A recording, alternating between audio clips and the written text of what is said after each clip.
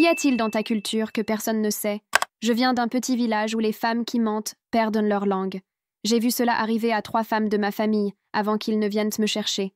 Pas de jugement, pas de pitié.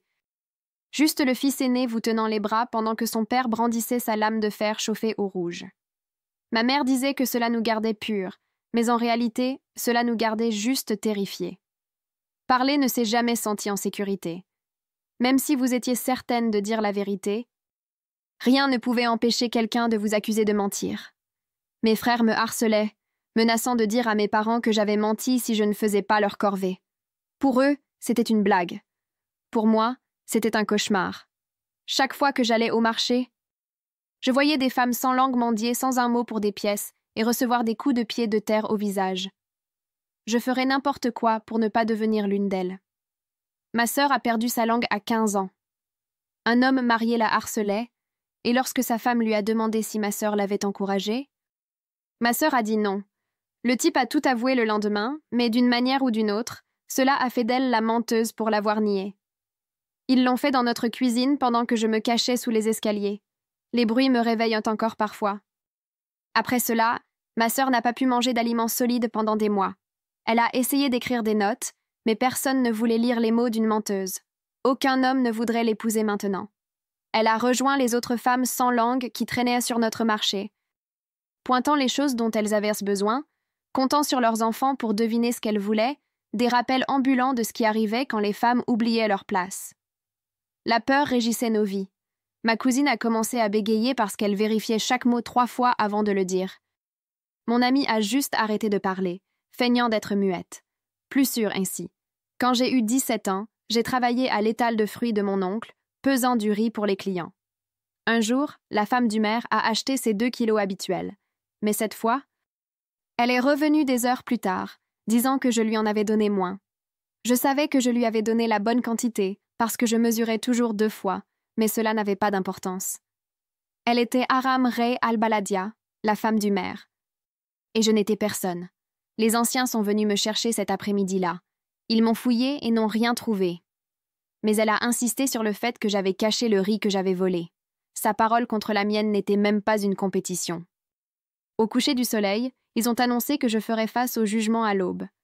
Ma mère n'a pas demandé si j'étais innocente parce que cela n'avait pas d'importance. Quelqu'un d'important avait porté une accusation. Cette nuit-là, maman s'est assise sur mon lit, m'apprenant à vivre sans langue, quels aliments éviter pour ne pas m'étouffer, comment respirer à travers la douleur lorsque cela arriverait. Dans la cuisine, je pouvais les entendre préparer la lame. Le grattement du métal sur la pierre et le chauffage du feu ont continué pendant des heures. J'ai pensé à fuir. La porte était juste là, et la ville portuaire n'était qu'à 2 jours.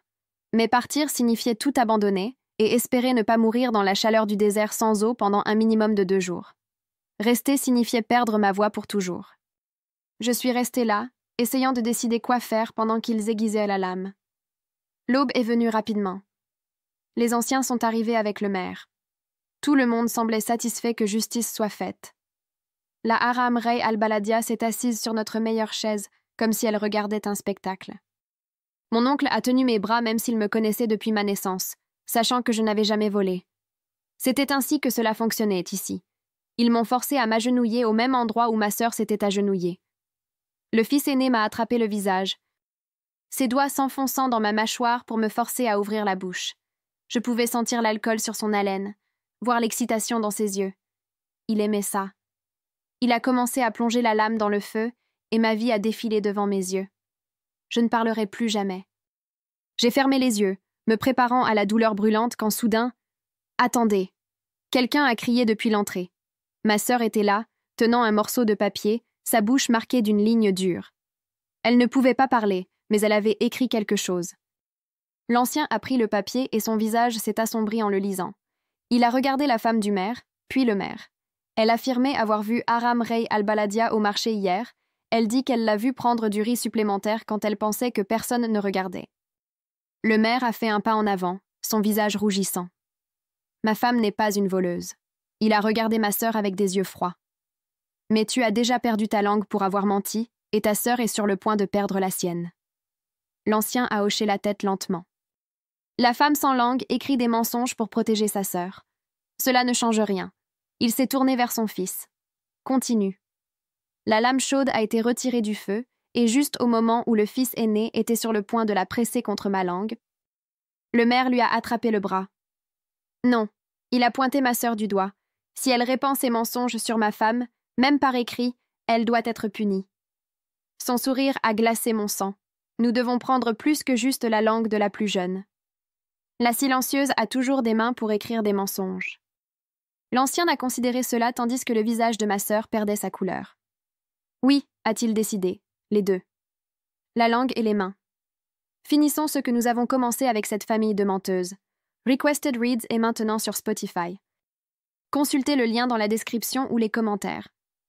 Le fils aîné a resserré son emprise sur ma mâchoire pendant que son père levait la lame chauffée vers ma bouche ouverte. Et dans cet instant figé, je vois ma sœur se jeter en avant avec une force que je ne savais pas qu'elle possédait encore. Elle percute le fils aîné de tout le poids de son corps, et la lame s'envole de la main de son père, frappant le sol, où elle brûle une marque noire dans le bois. Le fils aîné trébuche en arrière, et ses doigts glissent de mon visage. La pièce a éclaté en cris. Le maire a bondi de sa chaise. L'ancien s'est précipité pour chercher la lame tombée. Les mains de mon oncle se sont suffisamment desserrées sur mes bras pour que je puisse me tourner sur le côté, et je me suis éloignée à 4 pattes de l'endroit où ma sœur avait saigné il y a des années.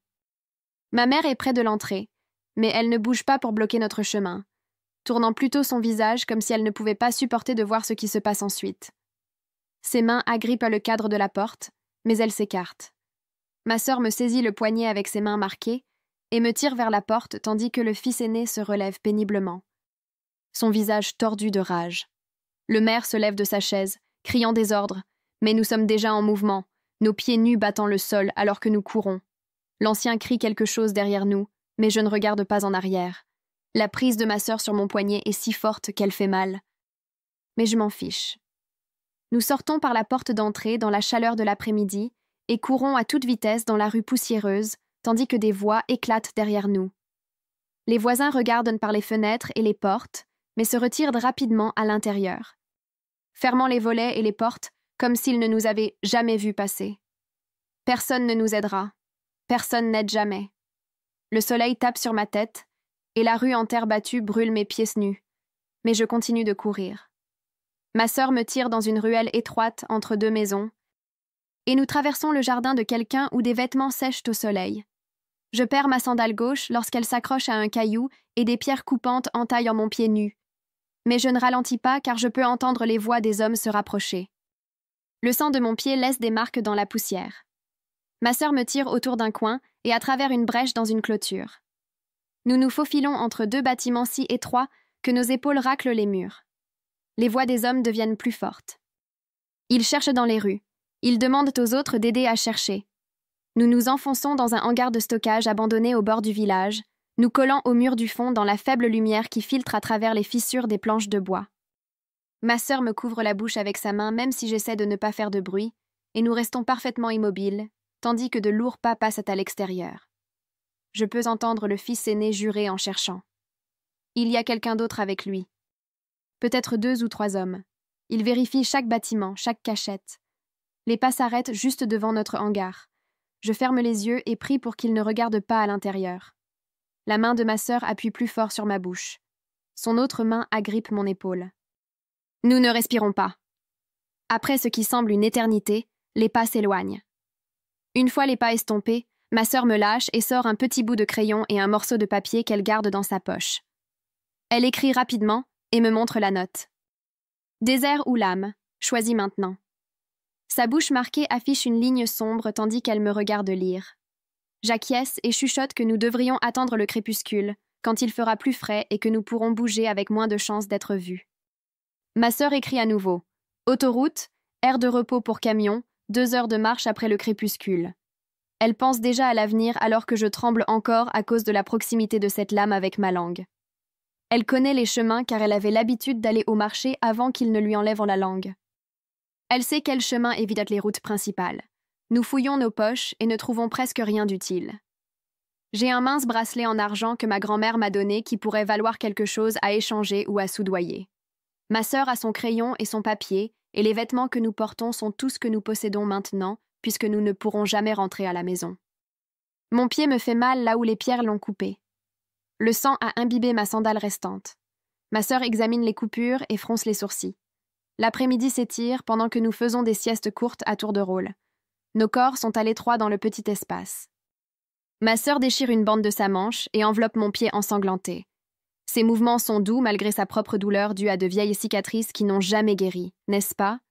Le tissu aide à arrêter le saignement, mais marcher va être douloureux. À l'extérieur du cabanon, j'entends les bruits du village qui continuent.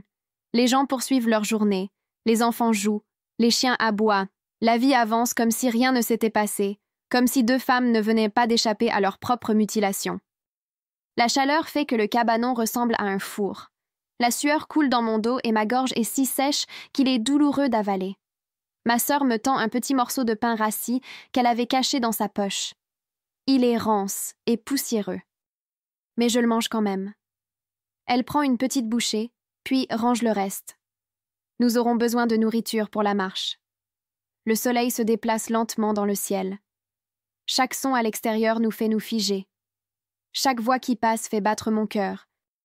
Mais personne n'ouvre la porte du cabanon. Personne ne nous trouve. Alors que la lumière commence à s'estomper à travers les lattes, ma sœur écrit notre plan sur un nouveau morceau de papier. Reste en dehors de la route principale. Utilise les chemins de traverse vers l'autoroute. Approche les camionneurs à l'aire de repos. Offre le bracelet pour un voyage n'importe où avec une ville. Ce n'est pas un excellent plan, mais c'est tout ce que nous avons. Nous attendons à l'intérieur du cabanon jusqu'à ce que la lumière à travers les lattes de bois devienne orange et violette. Et ma sœur sort son crayon à nouveau pour écrire ce que nous devons faire. Son écriture est tremblante, mais claire. Reste en dehors de la route principale, utilise les chemins de traverse vers l'autoroute, approche les camionneurs à l'aire de repos, offre mon bracelet pour un voyage n'importe où avec une ville. Elle souligne le mot n'importe où 2 fois, et j'acquiesce, car je comprends que n'importe où est mieux qu'ici. Ce n'est pas un excellent plan, mais c'est tout ce que nous avons. Et lorsque le ciel s'assombrit suffisamment pour que nous puissions bouger sans être facilement vus, nous sortons du cabanon dans l'air chaud de la nuit. Le village se prépare pour la soirée, et nous pouvons entendre les familles à l'intérieur de leur maison en train de dîner et de parler. Nous nous déplaçons le long des bords des propriétés, nous tenant près des murs et des clôtures, et chaque fois qu'un chien aboie, tout mon corps se raidit. Ma sœur me saisit le bras et nous nous figeons contre le mur arrière de quelqu'un jusqu'à ce que l'aboiement s'arrête. Puis nous continuons d'avancer vers le bord du village où les maisons s'étendent et le désert commence. Un homme crie quelque part derrière nous et nous nous laissons tomber derrière un tas de vieux bois et attendons avec les mains pressées sur nos bouches. La voix se rapproche, puis s'éloigne dans une direction différente et nous restons cachés pendant encore quelques minutes avant de bouger à nouveau. Mon pied me fait mal là où se trouvent les coupures et le sang a imbibé le tissu que ma sœur a enroulé autour de lui. Mais je ne dis rien car nous ne pouvons pas nous arrêter maintenant. Nous entendons l'autoroute au loin, un bourdonnement sourd de camions et de voitures qui ressemble à la liberté. Et nous marchons vers ce son aussi vite que possible. La marche dure bien plus de 2 heures, car nous devons nous cacher lorsque nous voyons des phares arriver à travers le désert. La première fois, nous nous jetons dans un fossé et pressons nos corps contre le sol rocheux, tandis qu'un camion passe sur un chemin de terre. La respiration de ma sœur semble rude et douloureuse, et je me souviens de tous les dégâts qu'ils lui ont faits à la bouche et à la gorge il y a 5 ans. La deuxième fois que nous nous cachons, nous nous accroupissons derrière une grande formation rocheuse, tandis que 2 véhicules passent. Et j'ai peur que ce soient des hommes du village qui nous cherchent. Mon pied me brûle à chaque pas, et ma sœur boite aussi à cause de vieilles blessures qui n'ont jamais guéri, n'est-ce pas? Mais aucune de nous deux ne suggère de s'arrêter ou de rentrer. Finalement, nous arrivons à l'aire de repos des camions vers minuit, et ce n'est qu'une petite zone pavée où de grands camions s'écartent de l'autoroute pour se reposer. L'odeur du carburant diesel est épaisse dans l'air, et nous pouvons voir peut-être 6 ou 7 gros camions garés avec leurs moteurs en marche. Certains chauffeurs dorment dans leur cabine, et d'autres sont dehors en train de fumer ou de vérifier leur cargaison. Ma sœur et moi restons dans l'ombre au bord de la zone pavée, et elle sort son crayon pour écrire une autre note. Le papier est froissé et sale, mais je peux lire ce qu'elle a écrit. Toi, tu parles, moi, je regarde, montre le bracelet. Dis seulement ville. Elle se positionne de manière à pouvoir voir mon visage et aussi voir tout chauffeur que j'approche, et je sais qu'elle est prête à me tirer si quelque chose ne va pas. J'enlève le mince bracelet en argent de ma grand-mère et le tiens dans ma main tremblante. Puis je me dirige vers un chauffeur qui vérifie les pneus de son camion. Il est plus âgé que mon père, avec des cheveux gris et un visage qui semble gentil plutôt que méchant. Je m'approche de lui et lui offre le bracelet, et ma voix sort calme et effrayée. « S'il vous plaît, monsieur, nous avons besoin d'un voyage jusqu'à la ville. C'est tout ce que j'ai pour vous payer. » Le chauffeur regarde mon pied ensanglanté d'abord, puis ma sœur debout dans l'ombre avec sa bouche marquée, et quelque chose change dans son visage. Il demande doucement si nous fuyons la famille ou la loi, et je réponds honnêtement que nous fuyons les deux parce qu'ils sont la même chose dans notre village. Il nous fixe pendant un long moment, et j'ai peur qu'il nous dise de partir ou appelle quelqu'un. Mais au lieu de cela, il refuse mon bracelet et me dit de le garder. Puis, il dit que nous pouvons voyager cachés sous la bâche dans la caisse de son camion avec ses produits. Mais nous devons rester absolument silencieuses s'il est arrêté à un poste de contrôle. Il nous prévient que si les officiels nous trouvent, il devra faire semblant de ne pas savoir que nous étions là, et nous acquiesçons toutes les deux car nous comprenons. Nous grimpons à l'arrière de son camion, et Tundi nous aide à nous enterrer sous une bâche lourde qui couvre des caisses de melons et de légumes. L'espace est étroit et sombre, et sans la terre et le carburant diesel, mais il se sent plus sûr que tout ce que j'ai ressenti depuis des jours. Nous nous installons entre les caisses pour ne pas rouler lorsque le camion bougera, et Tundi sécurise la bâche au-dessus de nous avant de retourner à la cabine du conducteur. Une minute plus tard, le moteur du camion devient plus bruyant, et nous commençons à bouger, sortant de l'air de repos et entrant sur l'autoroute. Je sens chaque bosse et chaque virage dans mon estomac alors que nous nous éloignons de la seule maison que j'ai jamais connue, loin de la cuisine où ils allaient me couper la langue et couper les mains de ma sœur. Ma sœur trouve ma main dans l'obscurité sous la bâche et la serre 3 fois, ce qui est notre signal d'enfance qui signifie « je suis là avec toi ». Et je lui rends la pression 3 fois pour lui dire la même chose. 1 heure passe dans cette obscurité étroite et mes jambes commencent à s'engourdir de rester dans la même position. Le moteur du camion a un rythme régulier qui m'endort presque malgré ma peur. Mais ensuite, je sens qu'il ralentit et j'entends des voix à l'extérieur. La main de ma sœur se resserre autour de la mienne alors que le camion s'arrête complètement. À travers les interstices de la bâche, je peux voir des lumières vives et des voix masculines parlent de vérifier la cargaison et de voir les papiers. La voix de Tundi leur répond calme et amicale, comme s'ils discutaient avec des voisins de quelque chose sans importance. Ils parlent du temps qui devient plus chaud et de la façon dont les routes sont plus chaotiques cette année. Et l'un des officiels rit de quelque chose qu'il dit à propos de la mauvaise suspension de son camion. Ma sœur et moi restons figés sous la bâche, respirant à peine tandis que des pas circulent autour de la caisse du camion. Quelqu'un tapote la bâche juste au-dessus de ma tête, et je sens tout mon corps se raidir de terreur. Mais ensuite les pas s'éloignent, et j'entends Tundai parler toujours des conditions routières et des horaires de livraison. Après ce qui semble une éternité, mais n'est probablement que quelques minutes. Le moteur du camion devient à nouveau plus bruyant, et nous commençons à avancer. Ma sœur expire un long souffle lent, et je réalise que j'avais retenu le mien aussi. Nous conduisons pendant des heures encore, et mon corps me fait mal à cause de l'espace confiné entre les caisses. L'odeur de melon et de diesel me retourne l'estomac, et mon pied coupé élance à chaque bosse sur la route. Quelque part au milieu de la nuit, le camion ralentit à nouveau et sort de l'autoroute. Par un trou dans la bâche, je vois des lumières vives et des pompes à essence. Et Tundi sort pour faire le plein. Je vois des gens se déplacer autour de la station-service, principalement des camionneurs comme Tundi. Et puis je vois un homme debout près de l'entrée du bâtiment. Il porte le même type de longue chemise que les hommes de notre village. Et quelque chose dans sa façon de se tenir fait geler mon sang. Je l'ai déjà vu au marché parler au fils aîné. Ma sœur le voit aussi, et tout son corps se tend à côté de moi. Tundi doit remarquer quelque chose qui ne va pas car il finit de pomper l'essence plus vite que la normale et remonte dans la cabine. Au lieu de reprendre l'autoroute par laquelle nous sommes venus, le camion tourne sur une route différente. À travers l'ouverture de la bâche, je vois un panneau indiquant une route plus longue qui contourne les montagnes au lieu de les traverser. Le détour ajoutera du temps à notre voyage, mais je suis reconnaissante que Tundi ait vu le danger et ait changé de cap. La position serrée fait souffrir les vieilles cicatrices de ma sœur. Je peux sentir ses mains trembler à côté de moi, et je sais que le tissu cicatriciel dans sa bouche doit aussi la gêner, à cause de tout le stress. Je me souviens comment notre mère massait ses doigts après que la lame lui ait enlevé la langue. De légers cercles sur chaque doigt pour l'aider avec la douleur. Je commence à faire de même maintenant, travaillant mes pouces à travers ses paumes et ses doigts de la manière que maman m'a apprise. La respiration de ma sœur est rapide et peu profonde au début, mais après quelques minutes, elle commence à se régulariser. Elle me serre la main une fois pour dire merci, et je lui rends la pression. Nous nous sommes occupés l'une de l'autre ainsi depuis que nous sommes petites filles, trouvant des moyens de nous réconforter lorsque nos parents ne pouvaient pas ou ne voulaient pas. Pendant un tronçon calme de l'autoroute, quand il n'y a pas d'autres véhicules autour, la voix de Tundi parvient à travers l'ouverture de la bâche. Il nous raconte sa nièce qui vivait dans un village différent avec des coutumes similaires aux nôtres. Elle n'avait que 14 ans lorsque les anciens du village sont venus la chercher parce que quelqu'un l'avait accusée de mentir sur quelque chose de petit et stupide. La voix de Tundi se brise lorsqu'il décrit qu'il vivait trop loin et n'a appris ce qui s'était passé que lorsque c'était déjà fini.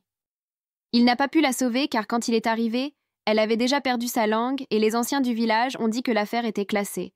Sa nièce est décédée 2 ans plus tard d'une infection qui a commencé dans sa bouche et s'est propagée. Tundi dit qu'il a passé les 3 dernières années à conduire des routes qui le mènent à traverser des villages comme le nôtre, espérant avoir une chance d'aider quelqu'un à s'échapper de la manière dont il n'a pas pu aider sa nièce. Je veux le remercier. Mais ma gorge est trop serrée pour parler. Alors, je presse simplement ma main contre la bâche là où sa voix passe. Le ciel commence à s'éclaircir et je peux voir l'obscurité sous la bâche devenir grise. Nous nous déplaçons maintenant dans des rues, au lieu de l'autoroute ouverte et à travers les ouvertures, je vois de vrais bâtiments. Hautes faites de ciment et de verre au lieu de boue, de briques et de bois. Il y a des lampadaires partout et des routes pavées sans bosses et plus de voitures que je n'en ai jamais vues en un seul endroit. Le camion ralentit et tourne dans une zone de stationnement à côté d'un bâtiment énorme avec un symbole de croix rouge. Tundi s'arrête à un endroit et coupe le moteur. Puis il vient à l'arrière et soulève la bâche. La lumière du matin me fait plisser les yeux après tant d'heures dans le noir. Tundi nous aide à descendre de la caisse du camion et mes jambes cèdent presque lorsque j'essaie de me tenir debout. Il cherche dans sa poche et sort quelques billets pliés, les pressant dans ma main. Il pointe le bâtiment du doigt et dit que les médecins de la salle d'urgence ici doivent aider tous ceux qui entrent, peu importe qui ils sont ou d'où ils viennent. Il nous dit de soigner nos blessures et ensuite de déterminer ce que nous devons faire ensuite. Avant que je puisse le remercier correctement, il remonte déjà dans la cabine de son camion et je le regarde s'éloigner, sachant qu'il a beaucoup risqué pour aider 2 étrangères.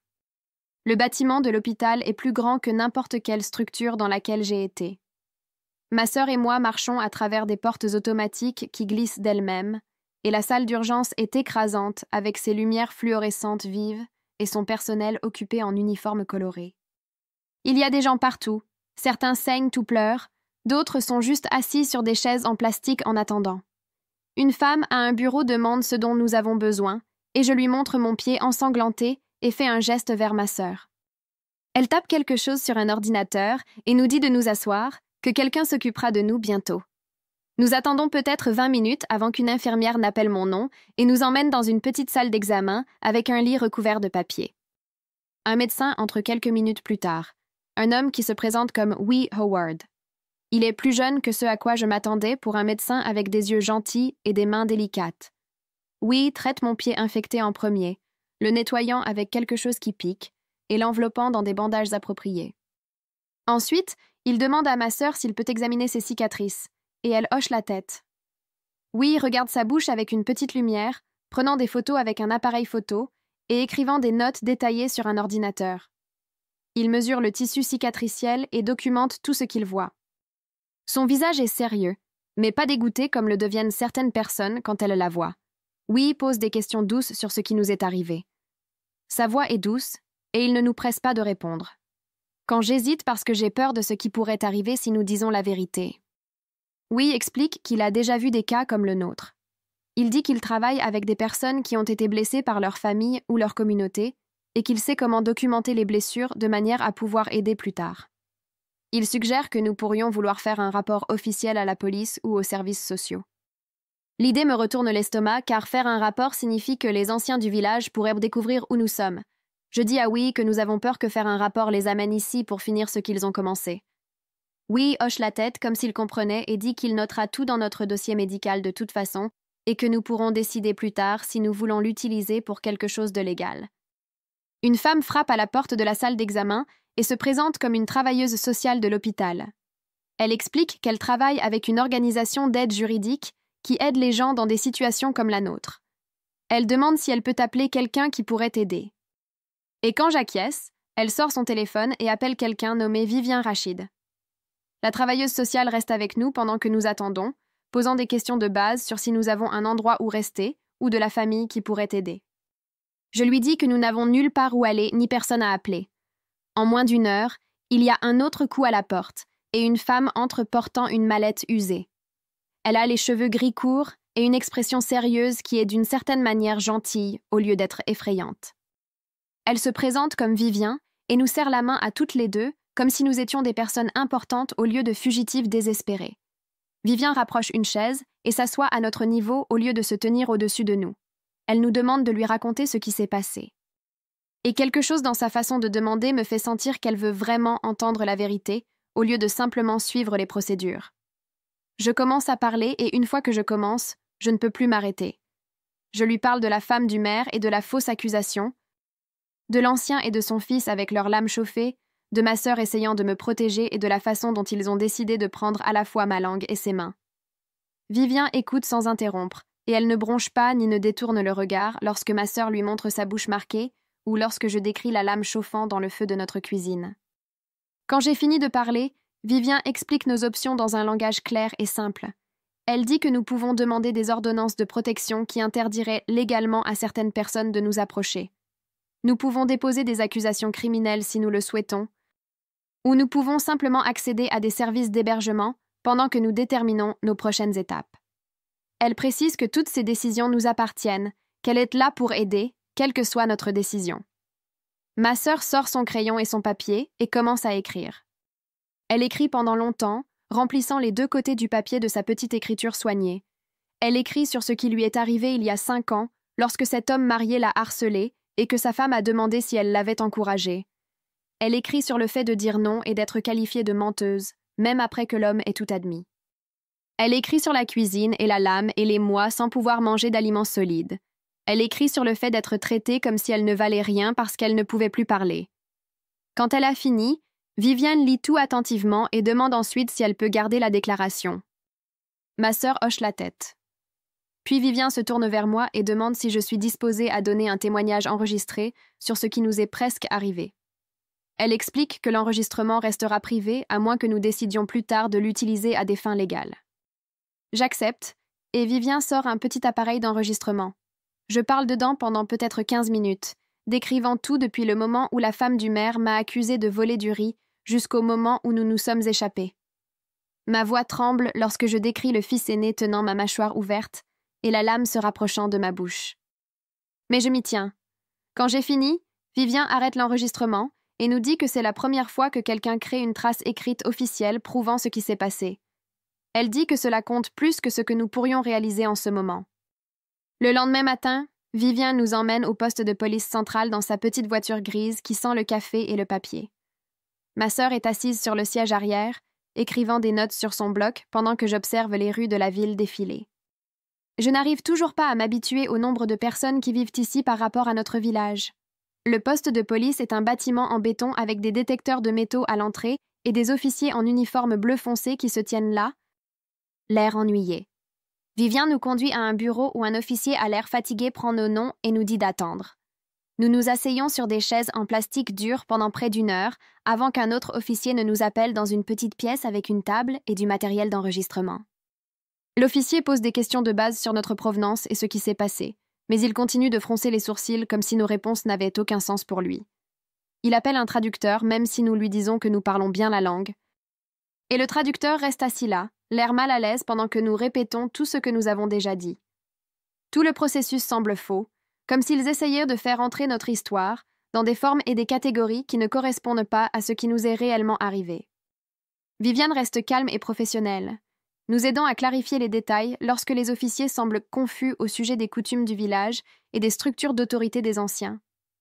Ma sœur écrit des informations supplémentaires sur la lame et la cuisine et le nombre de femmes dans notre village qui ont perdu leur langue et les officiers prennent des photos de ces notes pour leur dossier. Après 2 heures de questions et de paperasse, l'officier principal nous dit qu'il devra contacter le poste local près de notre village pour vérifier nos affirmations.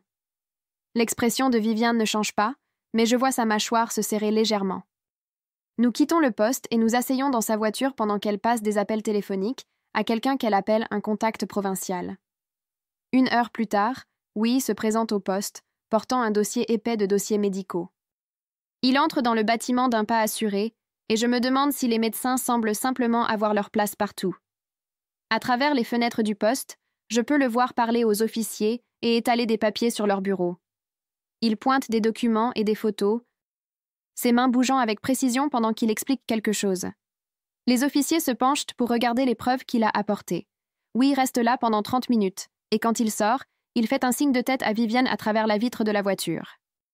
Viviane rentre à l'intérieur et revient 20 minutes plus tard, l'air frustré.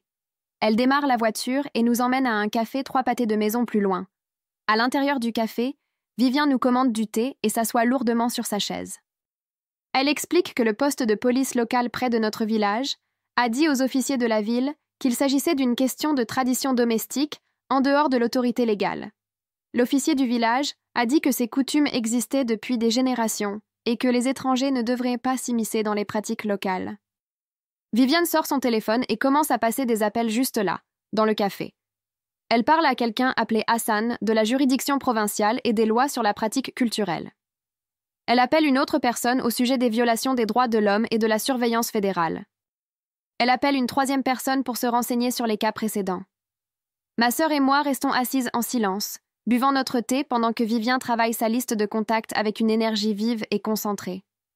Au moment où le soleil commence à se coucher, Viviane a contacté un procureur au niveau provincial qui a apparemment essayé de monter des dossiers contre les villages qui pratiquent ces coutumes brutales. Elle nous explique que cela change complètement notre stratégie. Au lieu de passer par la police locale qui classe ces affaires, nous travaillerons avec des autorités provinciales qui ont un pouvoir plus large et moins de lien avec la politique du village. Cela prendra plus de temps, nous avertit-elle. Peut-être des semaines ou des mois au lieu de jours, mais cela a beaucoup plus de chances d'entraîner des conséquences juridiques réelles pour l'ancien et le maire. La presse et la rébellion silencieuse. L'après-midi suivant, une femme nommée Reine appelle le bureau de Viviane pendant que nous y sommes en train d'organiser la paperasse. Reine se présente comme une journaliste travaillant sur un article sur les pratiques traditionnelles et la loi moderne. Ma première réaction est la panique absolue car l'attention médiatique est dangereuse, comme mettre une cible sur notre dos pour que n'importe qui du village nous trouve. Viviane pose à Reine des questions prudentes sur l'angle de son histoire et les normes éditoriales. Reine explique qu'elle veut se concentrer sur les lacunes politiques et les cadres juridiques, plutôt que sur les détails des traumatismes personnels. Elle promet l'anonymat complet avec des voix modifiées sur tout enregistrement et aucune information d'identification sur notre village ou notre situation spécifique. Viviane nous regarde et nous demande ce que nous en pensons. Ma sœur écrit rapidement que la couverture médiatique pourrait aider d'autres femmes, et je réalise qu'elle a probablement raison, même si cela m'effraie. Nous acceptons de rencontrer Reine sous des conditions strictes que Viviane négocie par téléphone. 2 jours plus tard, Reine vient au bureau de Viviane avec un petit enregistreur et un bloc-notes. Elle est plus jeune que ce à quoi je m'attendais pour une journaliste, peut-être dans la vingtaine avec des cheveux courts et des yeux fatigués. Elle nous pose des questions sur le processus juridique et les obstacles que nous rencontrons, pas sur la lame ou la cuisine ou la terreur spécifique que nous avons ressentie. Elle s'interroge sur les structures de pouvoir du village et comment les voix des femmes sont réduites au silence dans ces systèmes. L'entretien dure 1 heure et Reine tient parole en se concentrant sur la politique plutôt que sur la douleur. Lorsque l'article paraît dans un journal régional 3 jours plus tard, je le lis 2 fois, me sentant exposée et validée en même temps. Reine a écrit sur la façon dont les lois nationales interdisent la mutilation et la violence, mais l'application locale classe souvent ces cas comme des questions culturelles. Elle a interviewé des experts juridiques sur les problèmes de juridiction et n'a discuté de notre cas que comme un exemple anonyme parmi plusieurs. Nos détails spécifiques sont suffisamment modifiés pour que je ne pense pas que quiconque du village nous reconnaîtrait, mais la vérité de ce qui s'est passé est toujours là dans les faits qu'elle présente. L'article génère des réponses immédiates. Viviane nous montre des emails de personnes faisant des dons d'argent au fonds d'aide juridique qui nous assistent dans notre affaire. Certains dons sont petits, peut-être 10 ou 20 unités monétaires.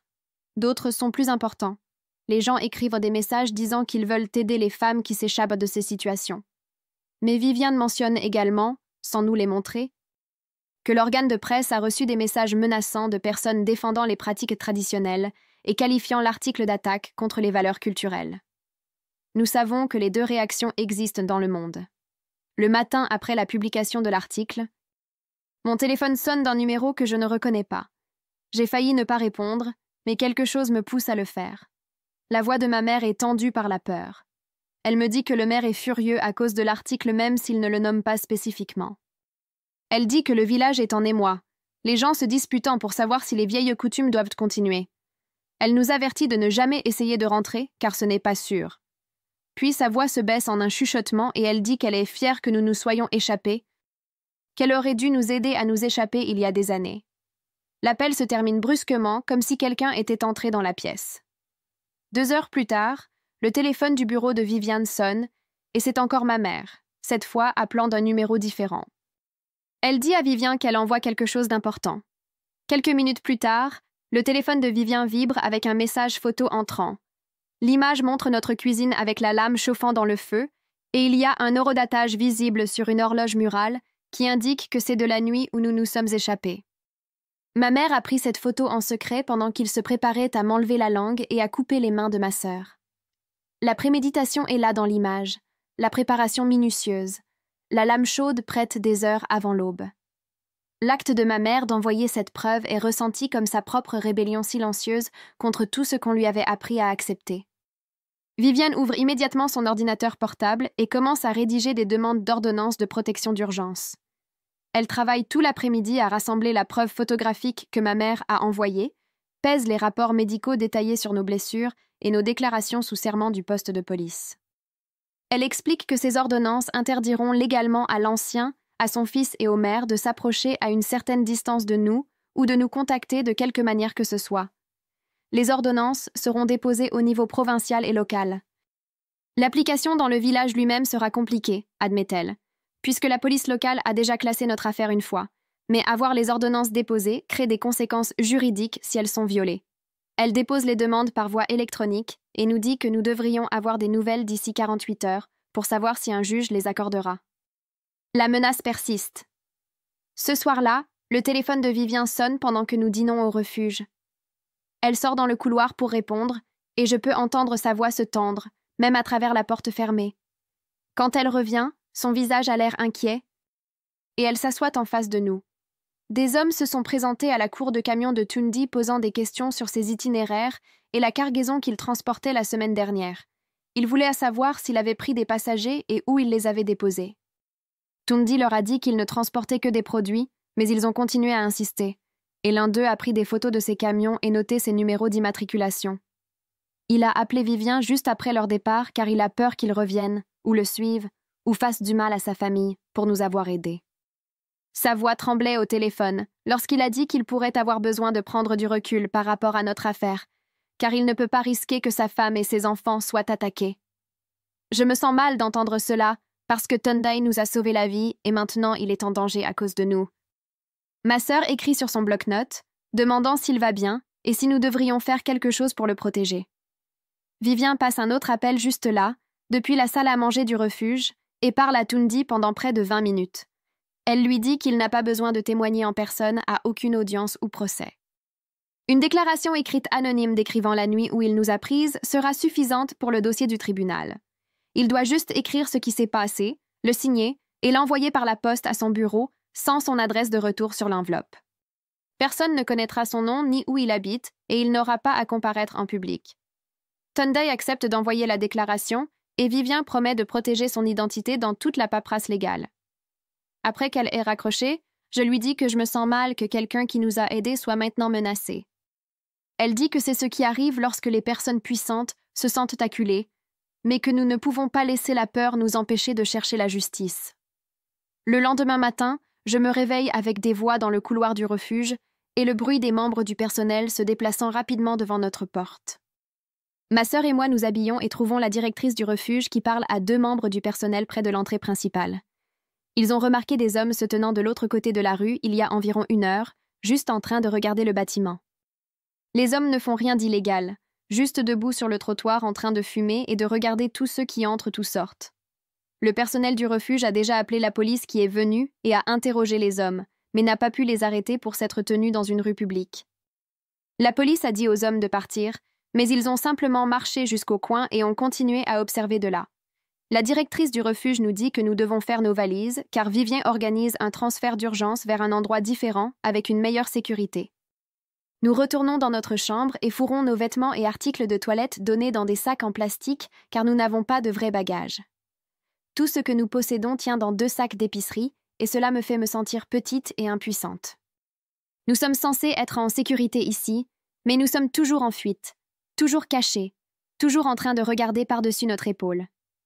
Une fourgonnette aux vitres teintées s'arrête à l'entrée arrière du refuge 1 heure plus tard, et nous montons avec nos sacs. Le chauffeur prend un long itinéraire à travers la ville, effectuant plusieurs virages et faisant demi-tour pour s'assurer que personne ne nous suit.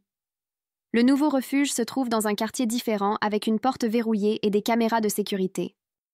Nous devons montrer une pièce d'identité pour entrer, et les visiteurs doivent avoir des rendez-vous prévus à l'avance.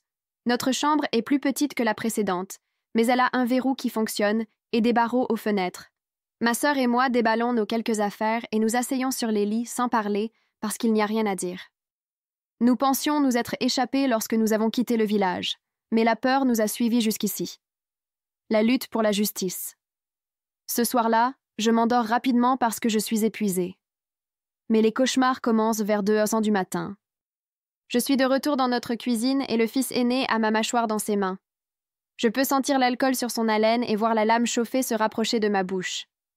J'essaie de crier mais aucun son ne sort et je me réveille en haletant, ma mâchoire serrée si fort que j'ai mal.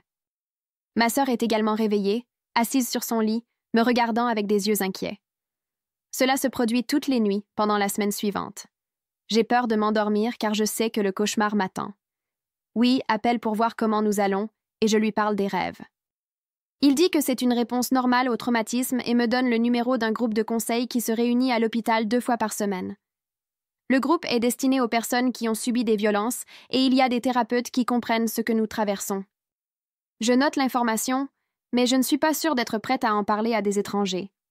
Le 2e article de Rennes paraît 3 jours après notre déménagement au nouveau refuge. Celui-ci est différent du premier, car il se concentre sur les lois et les politiques plutôt que sur les histoires personnelles. Elle a interviewé des avocats et des professeurs sur la façon dont les coutumes traditionnelles des villages entrent en conflit avec les lois nationales qui protègent les gens contre la violence. L'article parle de l'écart entre ce qui est légal sur le papier et ce qui se passe réellement dans les petites communautés où les anciens ont plus de pouvoir que la police. Il mentionne brièvement notre cas comme un exemple parmi tant d'autres et il n'utilise aucun détail susceptible de nous identifier. Le lire est moins effrayant que le premier article car il s'agit de systèmes et de règles, pas de ma sœur et moi spécifiquement. L'article semble déplacer la conversation en ligne de personnes débattant si notre histoire est réelle à des personnes débattant ce que le gouvernement devrait faire concernant les villages qui pratiquent encore ces coutumes. Une femme d'une organisation provinciale appelle le bureau de Vivien le lendemain. Le groupe travaille sur les questions de droits des femmes et ils veulent t'aider avec notre cas. Ils documentent des situations similaires depuis des années et ils ont des dossiers d'au moins une douzaine d'autres cas provenant de villages voisins. Des femmes qui ont perdu leur langue pour de prétendus mensonges, des femmes qui ont perdu des doigts ou des mains, des femmes qui ont été battues ou brûlées pour avoir enfreint les règles traditionnelles. L'organisation envoie d'épais dossiers de déclaration, de photos et de dossiers médicaux qui montrent que cela ne concerne pas seulement notre village. C'est un abus systématique qui se produit depuis des générations, tandis que tout le monde prétend que ce n'est que de la culture ou de la tradition. Viviane rencontre les avocats de l'organisation et ils conviennent de travailler ensemble sur notre cas.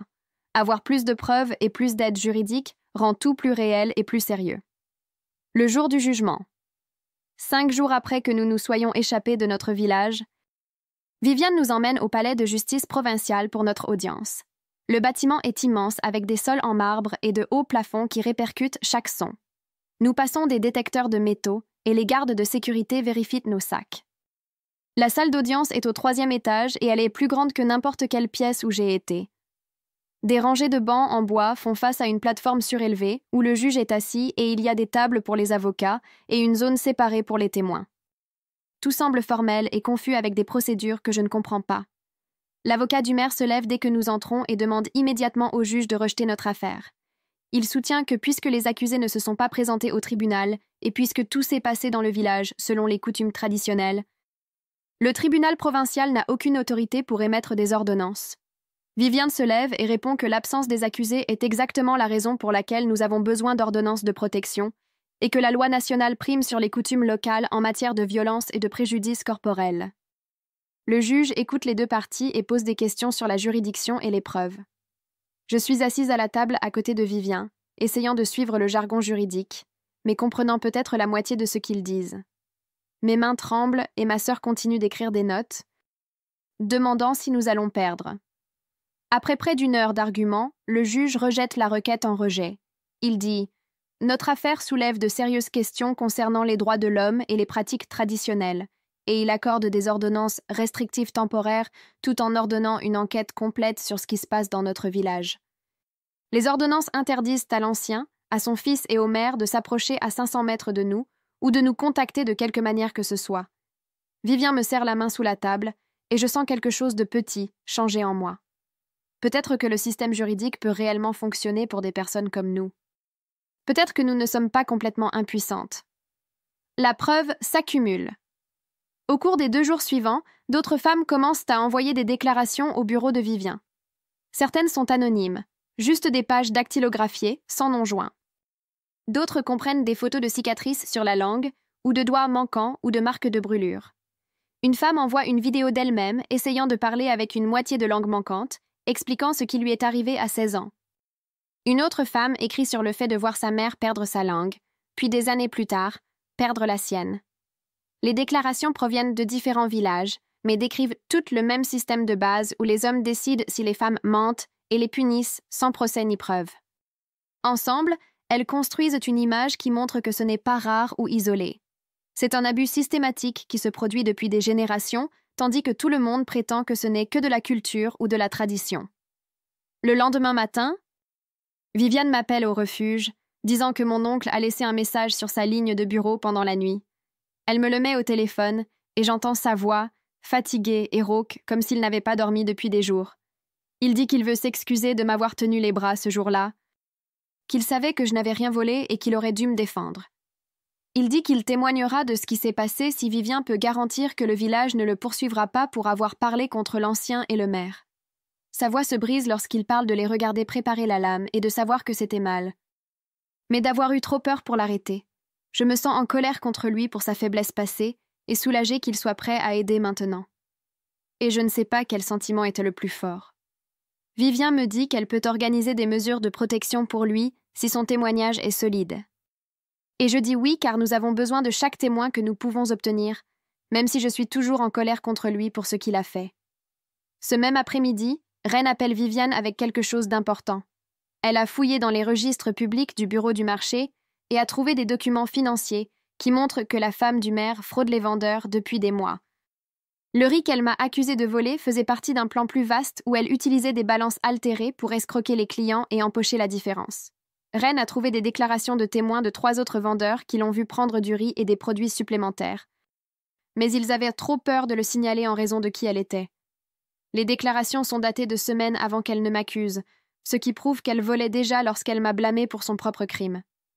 Viviane ajoute ses dossiers à notre dossier et dit « Cela change tout car nous pouvons maintenant montrer que la fausse accusation visait à dissimuler le schéma de vol de la femme du maire. » Arrestation et réunion. 2 jours plus tard, la police obtient un mandat du tribunal pour perquisitionner l'étal de marché de la femme du maire en se basant sur les preuves de Reine. Je ne suis pas là pour le voir, mais Viviane me dit qu'ils ont trouvé des balances altérées avec des poids qui avaient été limés pour afficher moins que la quantité réelle. Ils ont également trouvé un carnet où la femme du maire tenait des registres de combien elle escroquait différents vendeurs chaque semaine, y compris les 2 kilos de riz qu'elle prétendait que j'avais volés. La police documente tout soigneusement avec des photos et des sacs de preuves, s'assurant que la chaîne de garde est parfaite afin que rien ne puisse être contesté au tribunal. Viviane rencontre les officiers pour ajouter cette preuve physique à notre dossier, expliquant comment elle prouve que mon accusation était fausse et visait à cacher la propre activité criminelle de la femme du maire. Elle dit que les balances altérées à elles seules suffisent à montrer un schéma de vol qui rend l'accusation de la femme contre moi complètement peu fiable. Le procureur provincial examine toutes les preuves et décide de déposer des accusations formelles. Viviane m'appelle à son bureau pour expliquer ce qui se passe. Les accusations contre le fils de l'ancien sont tentatives d'agression avec intention de mutilation, ce qui entraîne une peine de 5 à 10 ans de prison s'il est reconnu coupable. Les accusations contre le maire sont conspiration et entrave à la justice pour avoir permis les fausses accusations de sa femme et tenté d'utiliser les coutumes du village pour couvrir leurs crimes. Vivien dit que ce sont des accusations graves qui pourraient en signifier de la prison pour les deux, pas seulement des amendes ou des travaux d'intérêt général. Elle m'explique ce que signifie chaque accusation et ce que l'accusation devra prouver. Et pour la première fois, je commence à croire que peut-être le système juridique peut réellement obliger les personnes puissantes à rendre des comptes pour ce qu'elles nous ont fait. Les arrestations commencent le lendemain. Le maire est arrêté au bâtiment du gouvernement provincial où il est allé faire du lobbying contre notre affaire, et des policiers le conduisent menotté, tandis que d'autres fonctionnaires regardent. Viviane me texte la nouvelle, et je sens quelque chose se relâcher dans ma poitrine qui était tendue depuis le jour où j'ai couru. La police se rend également chez l'ancien avec un mandat et emporte la lame chauffée comme preuve, photographiant les marques de brûlure sur le sol de notre cuisine où elle est tombée. Le fils de l'ancien n'est pas là quand ils arrivent, et les voisins disent qu'il a quitté le village il y a 2 jours. La police émet un mandat d'arrêt contre lui et l'ajoute à une base de données régionale. Mais Viviane m'avertit qu'il pourrait rester caché pendant un certain temps car il sait ce qui l'attend. Cette même semaine, ma mère contacte Viviane via un numéro sécurisé et dit qu'elle veut quitter le village avec notre jeune frère. Viviane organise leur déménagement en ville via un programme de maison sûre qui aide les familles qui échappent à des situations dangereuses. Lorsqu'ils arrivent, Viviane les amène à nous rencontrer dans un lieu neutre, un centre communautaire avec des salles privées. Ma mère nous voit, ma sœur et moi, et se met immédiatement à pleurer, nous serrant toutes les deux et disant qu'elle est désolée encore et encore.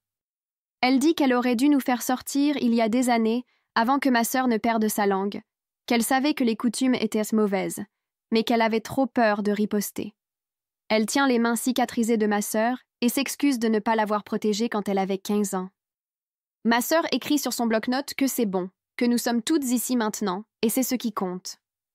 Notre jeune frère reste silencieux pendant la réunion, l'air confus et effrayé par tout ce qui s'est passé. Nous passons 2 heures ensemble avant que le personnel de la maison sûre ne dise qu'il est temps de partir, et ma mère promet qu'elle témoignera si Viviane en a besoin. Témoignage. 3 semaines après les arrestations, l'audience de témoignage formelle est prévue au palais de justice provincial.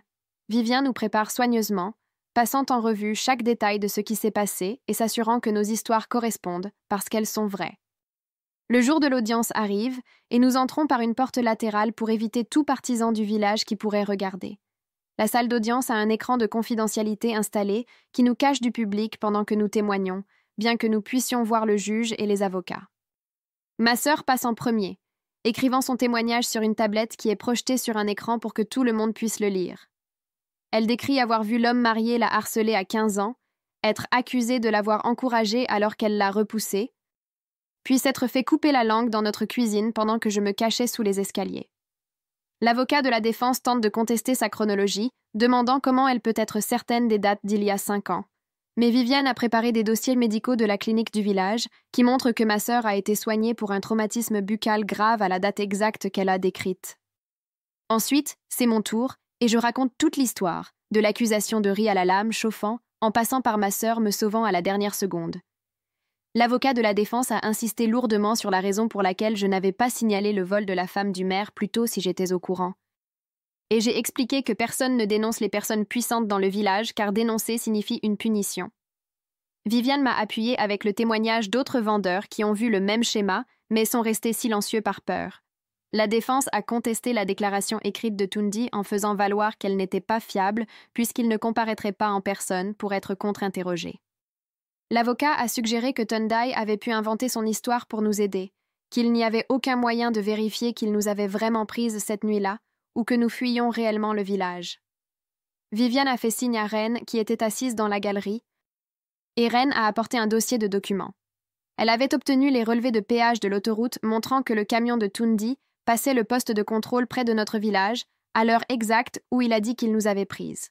Elle avait également des horodatage de la station de camion de cette même nuit, montrant que son camion était plus lourd que d'habitude, ce qui était cohérent avec le fait de transporter des passagers supplémentaires cachés sous la bâche. L'avocat de la défense a tenté de faire valoir que c'était circonstanciel, mais le juge a semblé impressionné par la façon dont la chronologie avait été bien documentée. La preuve de Rennes a transformé la déclaration sous serment de Toundi d'une déclaration discutable en un récit corroboré qui correspond à toutes les preuves physiques.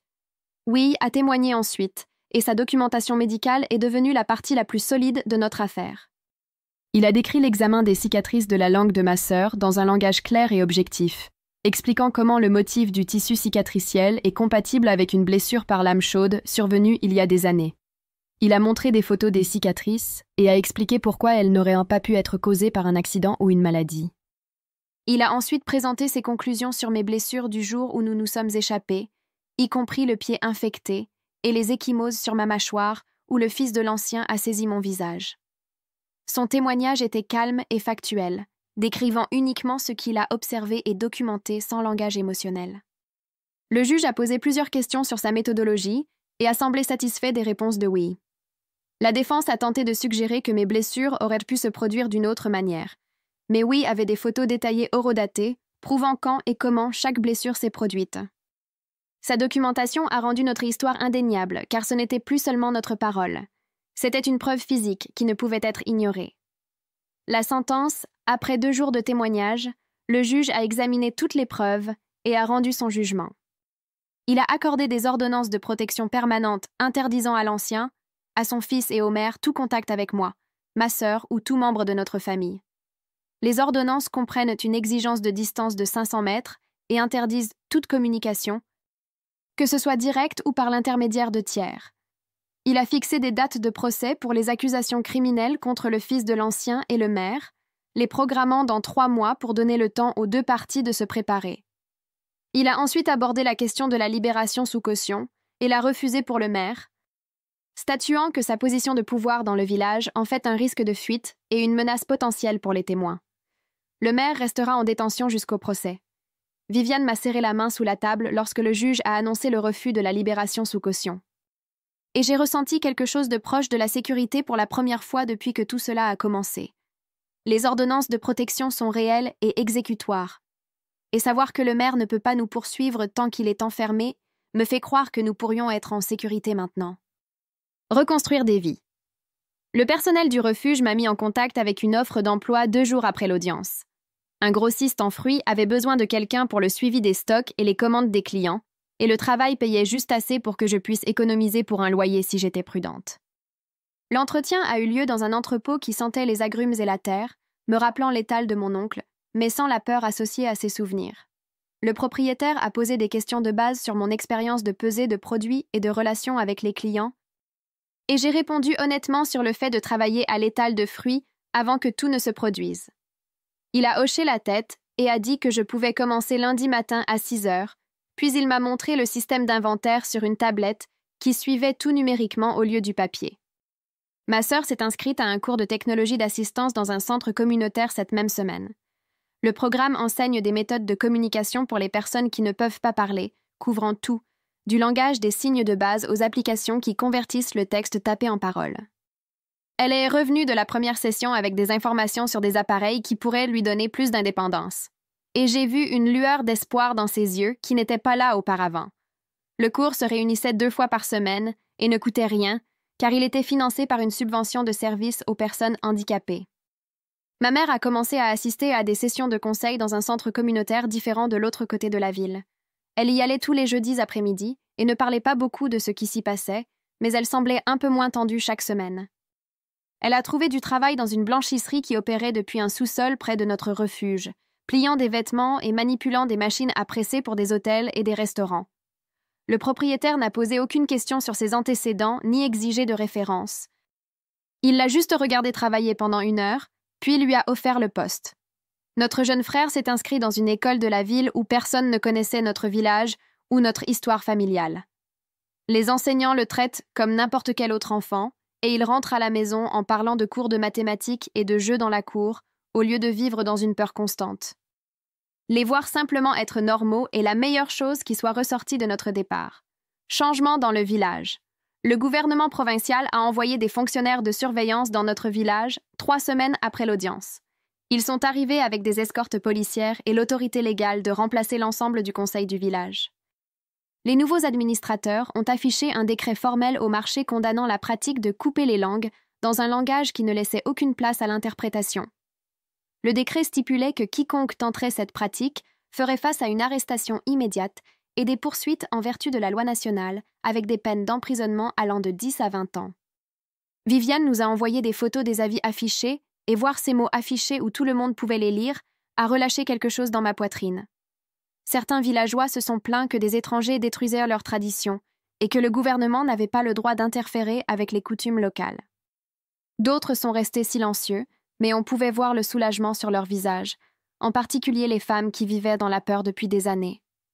Un système de signalement anonyme a été mis en place dans le village la même semaine que l'arrivée des nouveaux administrateurs.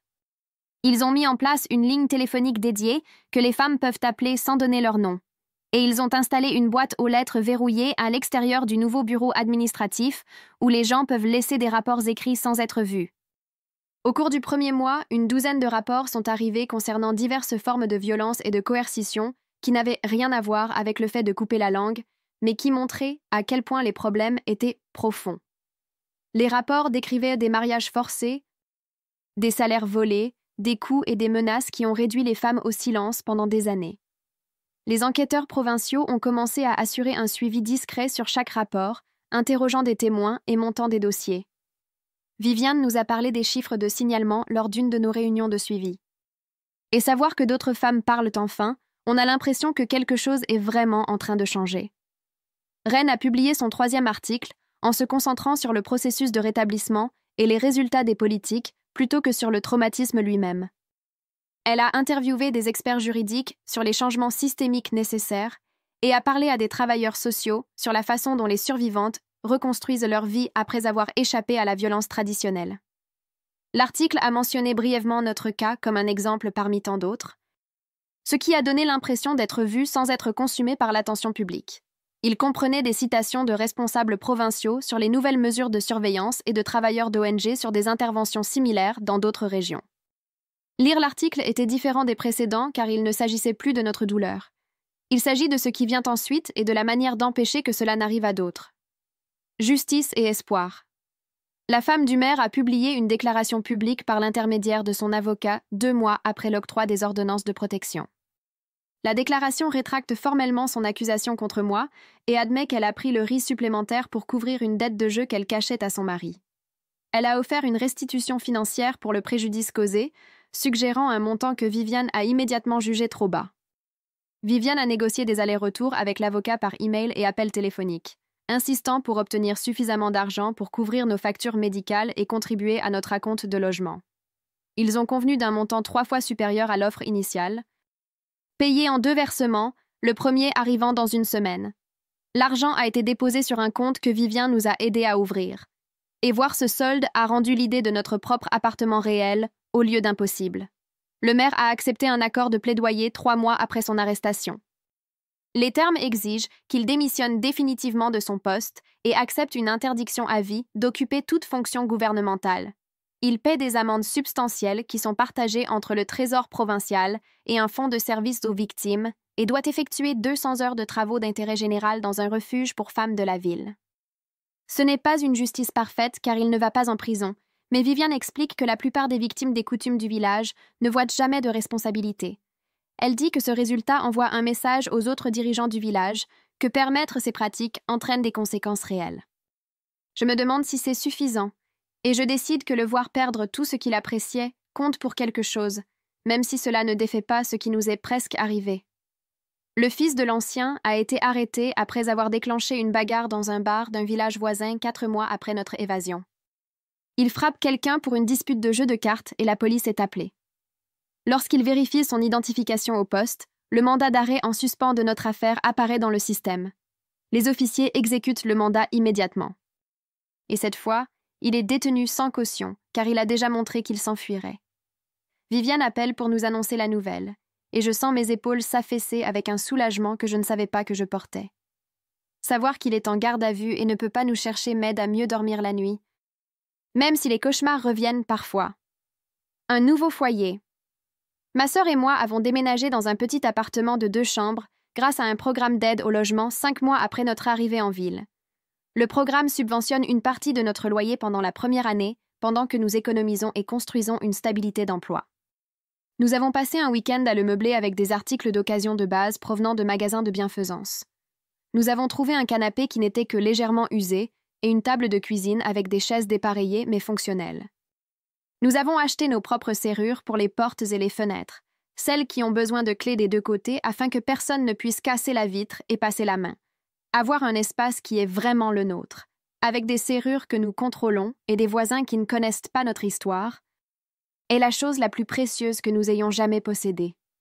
Ma sœur accroche des rideaux dans sa chambre et j'installe un petit bureau où je peux faire la paperasse d'inventaire de mon travail. J'ai commencé à enregistrer des notes vocales nocturnes sur un téléphone bon marché que Viviane nous a aidés à obtenir grâce à un programme de don de téléphone. Chaque nuit avant de me coucher, j'enregistre mes pensées et mes expériences, parlant de ce qui s'est passé pendant la journée et de la façon dont je traite tout ce qui nous a amenés ici. Les enregistrements ne sont que pour moi, une façon de réclamer ma voix et de me prouver que je peux parler sans peur maintenant. Certaines nuits, je parle pendant 2 minutes, d'autres pendant 20, selon ce qui me pèse sur le cœur. Je bloque les numéros de harcèlement lorsqu'ils apparaissent, généralement provenant d'indicatifs régionaux proches de notre ancien village, et je ne les laisse pas m'empêcher d'utiliser le téléphone.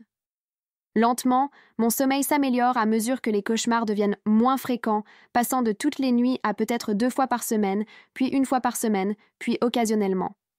4 mois après notre évasion, nous avons préparé notre petit appartement pour dîner avec les personnes qui nous ont aidés à arriver ici. Ma sœur nettoie notre table d'occasion, pendant que j'arrange des assiettes et des tasses dépareillées que nous avons achetées au magasin de bienfaisance. Tundai arrive en premier, portant une boîte de mangues et d'oranges fraîches de ses itinéraires de livraison, les déposant sur le comptoir de notre cuisine avec un sourire.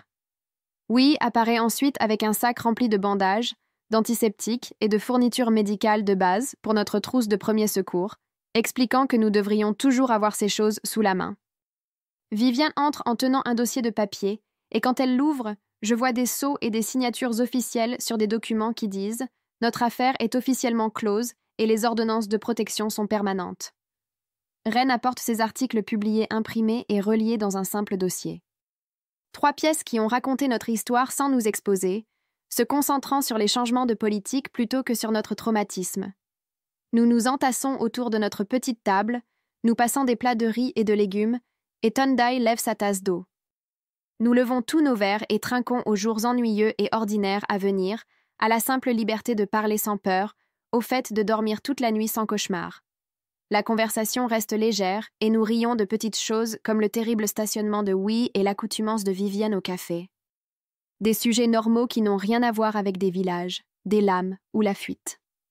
Après le départ de tout le monde, ma sœur et moi faisons la vaisselle ensemble dans notre petite cuisine, et le silence se sent confortable au lieu d'être effrayant. Je me réveille chaque matin maintenant dans un endroit où personne n'aiguise de lame dans la cuisine, et ce soulagement tranquille est suffisant. Ma sœur et moi allons à nos emplois, rentrons à la maison, cuisinons le dîner ensemble et planifions des choses comme économiser de l'argent pour de meilleurs meubles ou peut-être prendre un cours au centre communautaire. Ce n'est pas une fin de conte de fées où tout est parfait et bien ficelé.